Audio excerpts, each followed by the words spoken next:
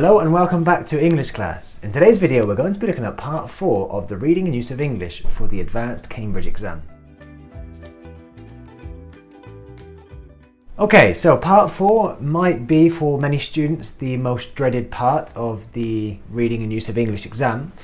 However, we're going to look at some examples in the video today and also some tips on what to look out for when tackling this task. Now, there's various things you'll be tested on or you'll be looking to tackle. Some of these things could be, for example, changing an active voice into the passive or passive into active, changing something informal to something formal. You could be tested on grammar as well and various other things. So let's have a look at some examples and then we'll break each one down bit by bit. So a few tips before we get into it.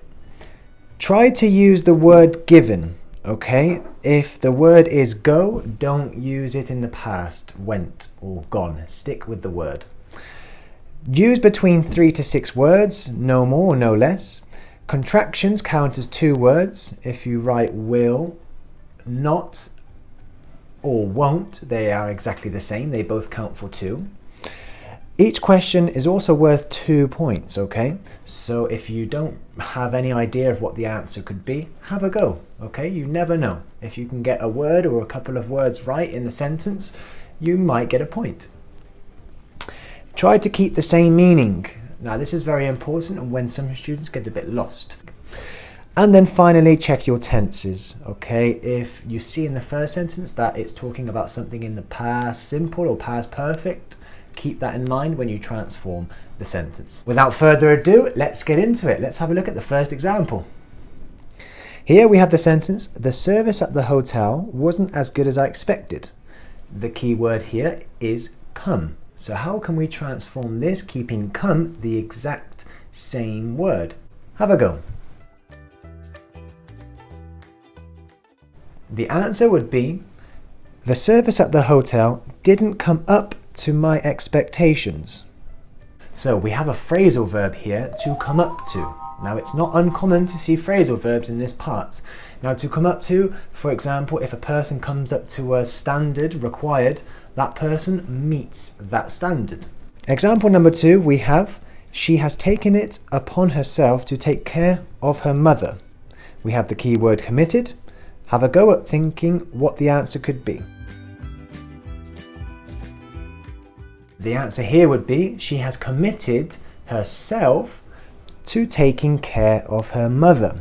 Now the infinitive would be to commit oneself to doing something, to fulfilling a task. So to commit oneself means that you're willing to do everything that has to be done in order to complete a task. In this case, this person would do anything to take care of her mother. Example number 3, we have, were Anne not so beautiful a girl, John wouldn't be marrying her. We have the key word here to transform beauty. Have a go. The answer would be, but for Anne's beauty, John wouldn't be marrying her. Okay, so we're using a conjunction here, but for plus the noun. Now, but for we use in English when we want to say that this thing wouldn't have happened if it hadn't been for something else in the past. Imagine you were trapped in a burning house and one of your friends out of 6 saved the lives of all of you.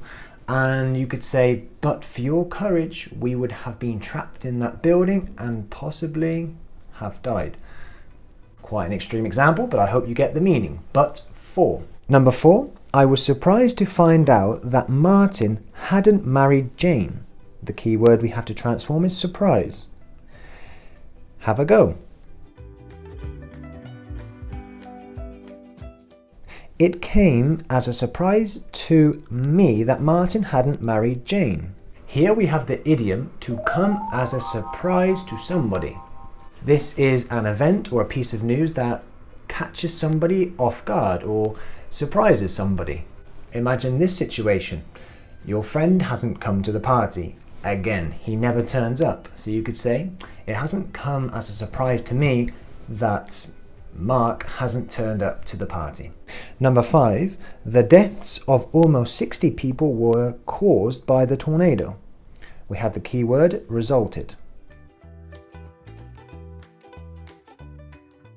We have the answer, the tornado resulted in the death of almost 60 people. We have a verb plus preposition, to result in something. So to result in something means the end result. And finally, number 6, I wish I'd had the chance to visit Dublin, Peter said. We have the keyword not. Have a go yourself now. Peter regretted not having had, or that he had not had, the chance to visit Dublin. Here we have an example of reported speech. Now remember, in English, when we have the reporting verb regret, it is followed by ing. Okay, now in this sense, it would mean to feel sorry for something that you have done or something that you were not able to do. Now Peter said he wished he had had the chance to visit Dublin. So here we're going to use the word regret plus ing, having had. Now if we use having plus past participle, we're referring to something in the past that cannot be changed, and it's completely in the past. So you can't change the circumstance. It has no relevance to the present time. Okay guys, that has been all for today from English class. I will leave you with one more keyword transformation for you to have a go finally, and then after I will leave the answer, of course.